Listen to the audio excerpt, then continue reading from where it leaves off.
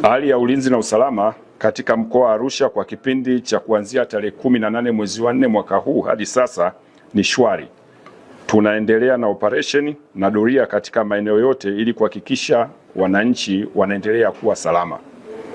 Katika kipindi hicho tumefanikiwa kukamata watuhumiwa mbalimbali na kuwafikisha mahakamani, ambapo jumla watuhumiwa 176 walihukumiwa vifungo mbalimbali kwa makosa ya ulawiti, ubakaji, uwizi, dawa za kulevya, kujeruhi, kupatikana na nyara za serikali na kujipatia fedha kwa njia ya udanganyifu katika kipindi tajwa hapo juu.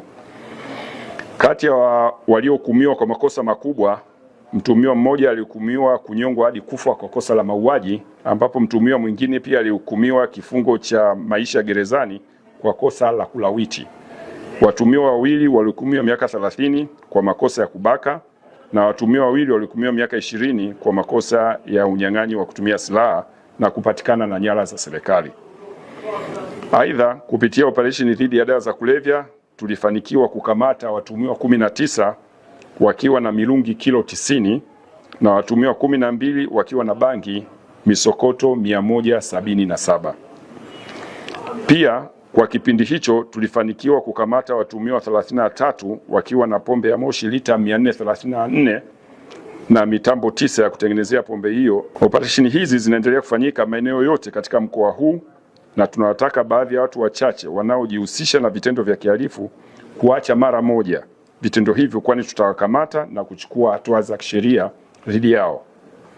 Sambamba na hilo, tutaendelea kuchukua hatua kwa madereva wachache wanaoendesha vyombo vya moto kwa kutokufuata sheria za usalama barabarani, hususan mwendo kasi, ulevi na kupita magari mengine bila kuchukua tahadhari.